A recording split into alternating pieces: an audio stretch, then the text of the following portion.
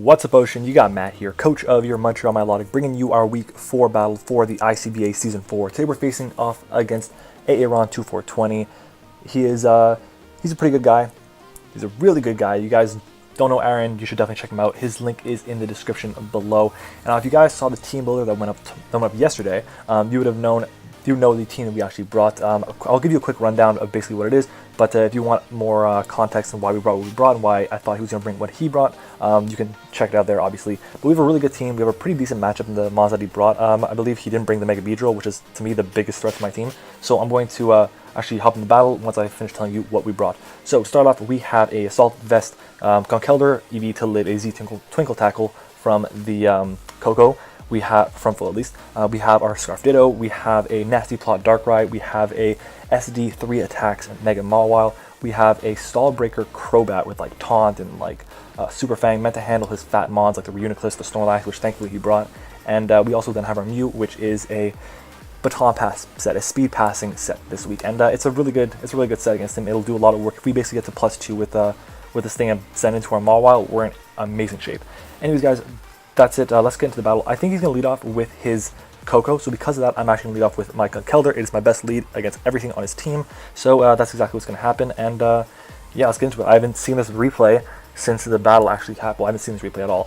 The last time we did this was the battle. And oh yeah, chose to Aaron for the what is it called? For the recording. There we go. Yeah, so he's going to lead off with Cells at Work here. I'm like, ah, shit.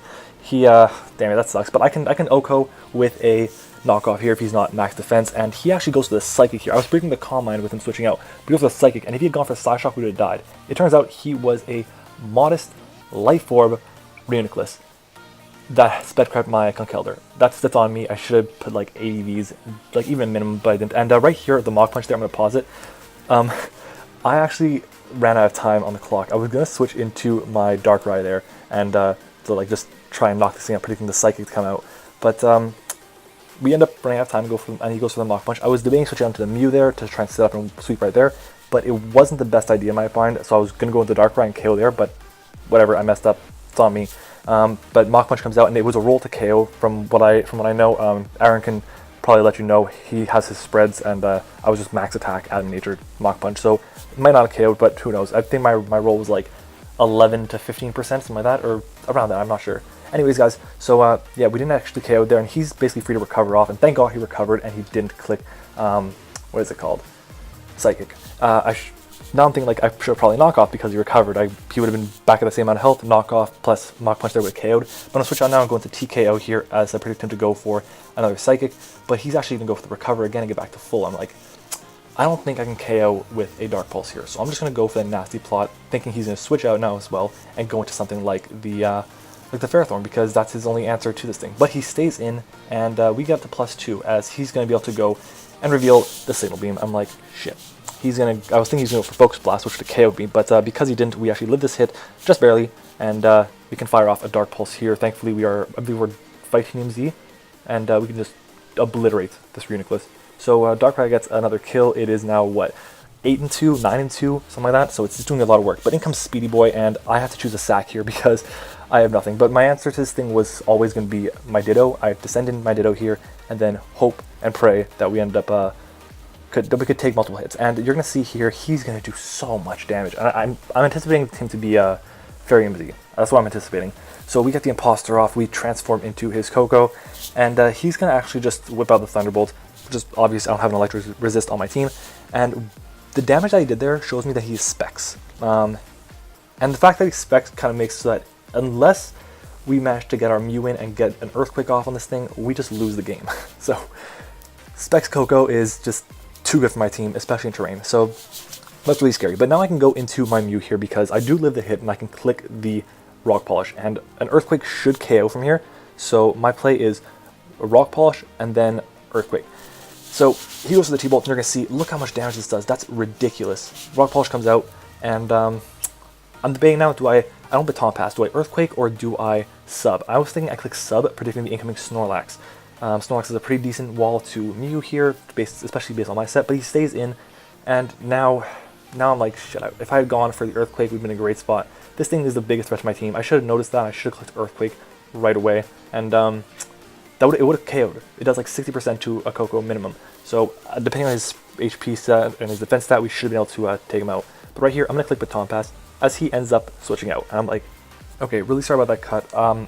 So yeah, he's gonna switch out here, and I'm actually gonna go for the Earthquake here. I think I said Baton Pass before my previous recording, or before I cut. And but he actually goes for the Earthquake here as he brings in the Snorlax, and I'm like, damn it, I knew he was gonna switch out. I knew it.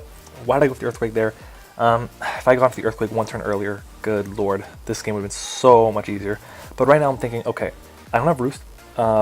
If I did, I would have definitely gone for it here. I would have gone for, if I had Roost over like, what is it called? But not Baton Pass, Substitute, I would have been fine. But I'm going to go for the Baton Pass right here. So I have Baton Pass, so I'm going to go straight into my Mawile here. I will get the -1 on the Snorlax, and then I can freely get to +2 with the Swords Dance here. I'm really not afraid of what he does. Earthquake will 2 KO me, but I don't think he goes for the Earthquake. I think if anything, he goes for Return or the Frustration or whatever. So he goes for the Curse though. And I'm like, okay, he's a standard Curse Lax, pretty standard Curse Lax, but that runs through my team because it's just so good. So I basically what I have to do against the Curse Lax, I have to send in my Crobat. But at this point, I have to risk it.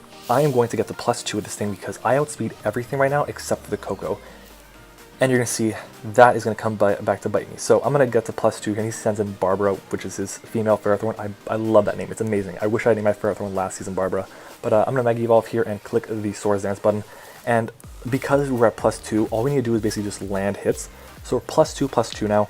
And this thing dies even through an Occa Berry because Occa Berry obviously cuts it in half, and Swords Dance multiplies by 2, so it negates the Occa Berry basically. And so I'm gonna hit the Fire Fang here, and this is just gonna flatten. It's gonna flatten this thing. It's gonna obliterate it. So thank God it is gone now. Obviously we take some Iron Bars damage, not a big deal, really not. And he can now go into, I believe he goes into his Typhlosion here. I don't know why he did that, but he does. And I'm thinking, okay, he could be Scarfed by outspeed Scarf. I'm like, well, I can't risk it, so I'm gonna click Knock Off here. And Knock Off thankfully will come out, we outspeed him, and we do destroy him. And he reveals to be, I think, what, Leftovers? What did he reveal to be? Leftovers, yeah. So he actually ends up being like a specially defensive Typhlosion, which is a really cool set. Actually walled Mawile if I didn't have the knockoff there. But he goes into Speedy Boy here, and I'm like, God, just outspeed, please outspeed, please outspeed, please outspeed.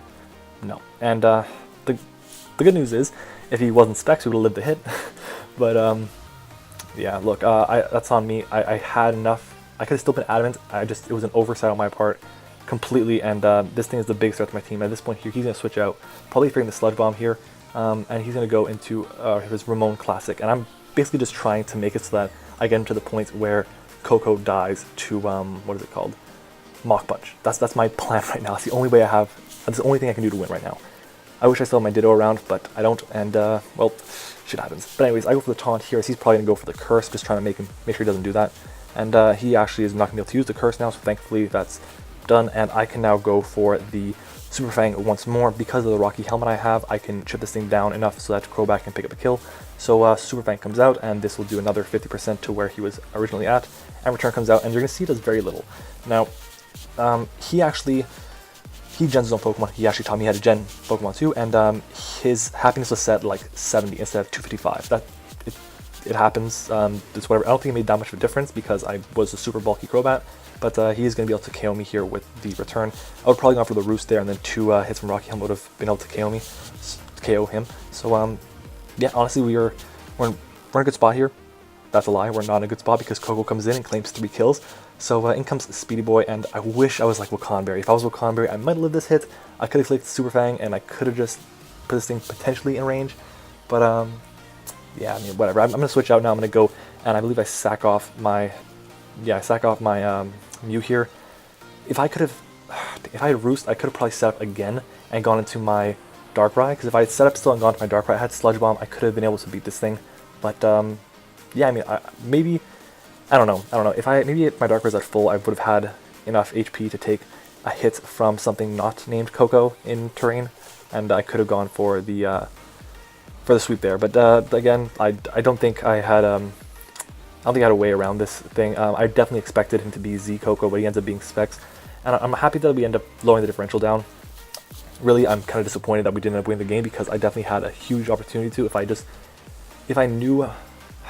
didn't think so stupidly about, oh yeah, no, my Mawile will outspeed everything at +2, he's not going to be Specs Coco, I'll be fine.